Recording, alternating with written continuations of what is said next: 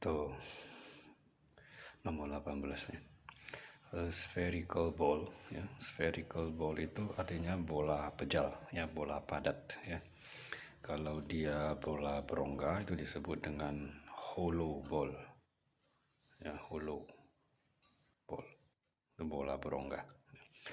Jadi ini bola pejal dengan jari-jari R kecil berada di dalam sebuah loop melingkar vertikal. Ini loop. Yang loop berarti lingkaran tertutup vertikal dengan jari-jari R besar tambah R kecil. Jari-jari berarti dari pusat sampai ke keliling daripada loop ini R besar tambah R kecil. Di dalam loop ini ada sebuah bola dengan jari-jari R kecil. Ini gambarannya seperti sebuah pipa besar dan bolanya itu berada di dalam pipa besar tersebut. Seperti tunjukkan pada gambar, the sphere bola is rolling. Rolling itu berarti menggelinding without sliding, tanpa tergelincir ya, tanpa tergelincir. Jadi menggelinding berarti dia berputar, berotasi sambil translasi ya. Kalau dia sliding berarti dia meluncur ya, meluncur misalnya permukaan licin ya, meluncur, jadi dia tidak menggelinding, berarti dia hanya melakukan gerak translasi saja. Nah, kalau dia rolling berarti dia berotasi dan translasi. R besar adalah 2,8, ini R besar. What minimum velocity, berapa kecepatan minimum V yang harus dimiliki oleh bola ya pada dasar loop. Itu di bawah sini berapa V-nya di sini, so as not to fall at the top, supaya dia bisa menggelinding sampai di atas dan tidak jatuh ke bawah. Berarti dia bisa menggelinding sampai di atas lalu turun lewat sisi sebelah kiri. Jadi dia bisa berputar. Ya. Ditanya berapa V di sini. Nah, soal seperti ini dulu pernah kita jumpai ya, kita bisa selesaikan pakai hukum kekekalan energi mekanik ya. Dulu bentuk soalnya mirip seperti ini, cuma benda tidak menggelinding ya, dia hanya berputar ya, hanya translasi saja. Ini kita selesaikan dengan hukum kekekalan energi mekanik. P1 tambah K1 sama dengan P2 tambah K2. P1 berarti di bawah sini ya. Nah, jadi P2 adalah P di atas ini. Kita tinjau A dengan B ya, karena dia tidak mau jatuh di B, berarti kita tinjau A dengan B ya. Ditanya V di A, di syaratnya di B tidak jatuh. Kita tinjau ini di A sama ini di B ya. Jadi waktu di A di sini berapa EP-nya? Biasanya untuk EP kita harus tentukan acuan dulu karena kan dia MGH ya. Kalau bendanya kecil kita buat H-nya bisa di paling bawah di A. Kalau bendanya besar ya, maka H itu diukur dari pusat benda. Jadi kalau ini bola berarti pusat benda di sini. Pusat di sini. Nah, jadi kalau kita buat acuannya di A, misalnya ini bola ya. Ini bolanya, ini bola, ini pusat di sini. Kalau saya buat acuan di sini berarti H-nya diukur dari sini kemari. Ini jadi HA. Ya. Nah, bendanya kalau di atas ini berarti HB-nya dari sini sampai sini. Ini HB. Ini HB. Ya, berarti HA-nya sama dengan pusat sampai ke keliling bola, berarti sama dengan R kecil. R kecil. Dan HB-nya dari sini sampai kemari, berarti ini kan pusatnya tadi, ini dari sini sampai ke bawah sini kan R tambah R, ya, R tambah R. Ini berarti dari sini sampai kemari ini adalah R tambah R. Dari sini sampai ke ujung atas ini juga adalah R tambah R.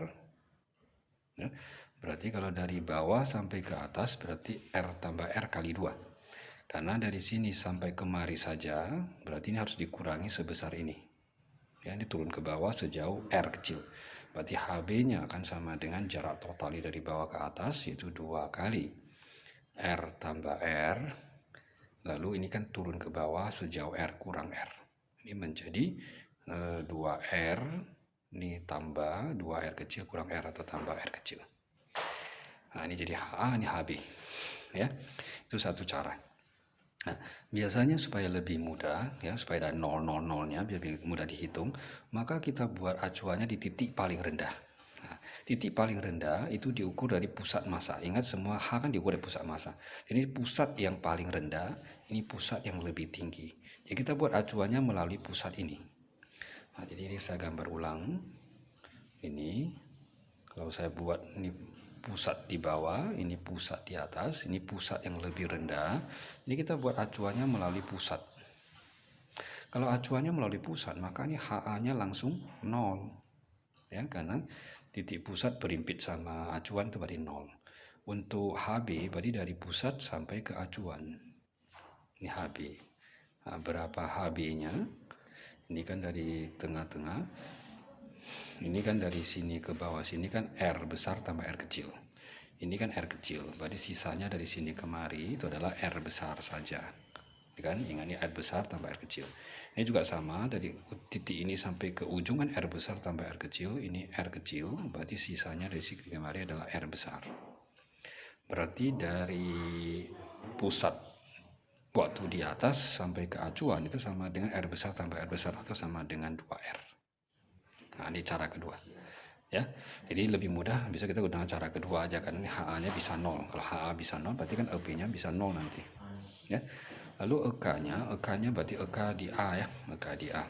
Karena ini bendanya menggelinding berarti EK menggelinding. EK menggelinding ingat rumusnya adalah setengah M V kuadrat dikali 1 tambah K. Ya. Nah, ini adalah VA yang ditanya. Ini EPB di atas berarti MKHB. Ya. Tambah EK di B berarti setengah sama ya, setengah M VB kuadrat dikali 1 tambah K. Oke. Ini M boleh dicoret sama. Oke. Kemudian ini masukkan setengah VA kuadrat dikali 1 tambah K, karena dia bola pejal berarti K-nya 2/5 ya, 2/5. Ingat momen inersia bola adalah I sama dengan 2/5 MR kuadrat. Jadi ini adalah K-nya 2/5. Sama dengan ini G10. HB tadi adalah 2R besar, 2R tambah setengah kali VB. V di atas berapa?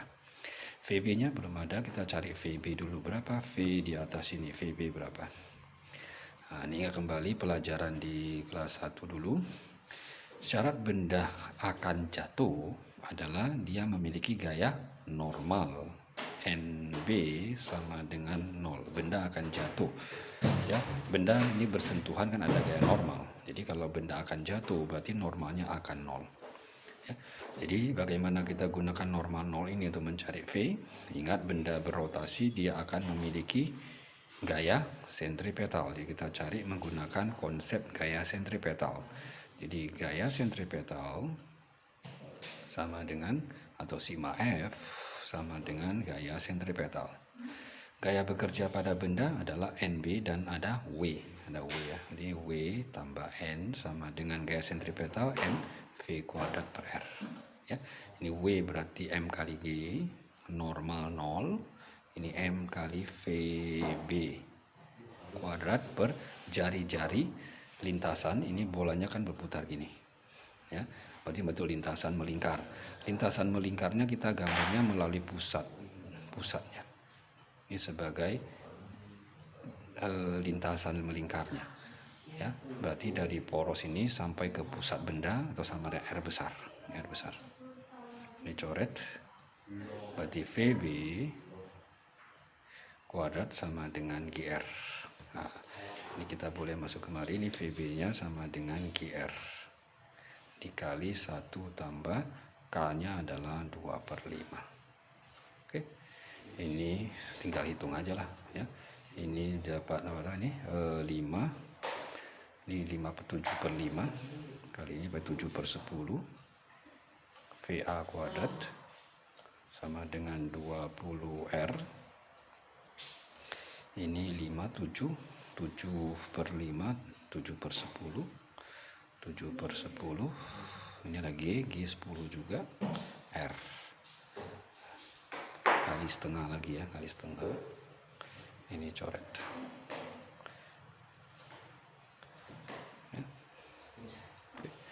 Ya, ini bisa lanjut, hitunglah ya, 20, 7/3 setengah, dikali 2 berarti 40, 47/2, R nya tadi 2,8, 7/10 VA kuadrat. Dia tinggal pindah dapat VA nanti berapa meter per second.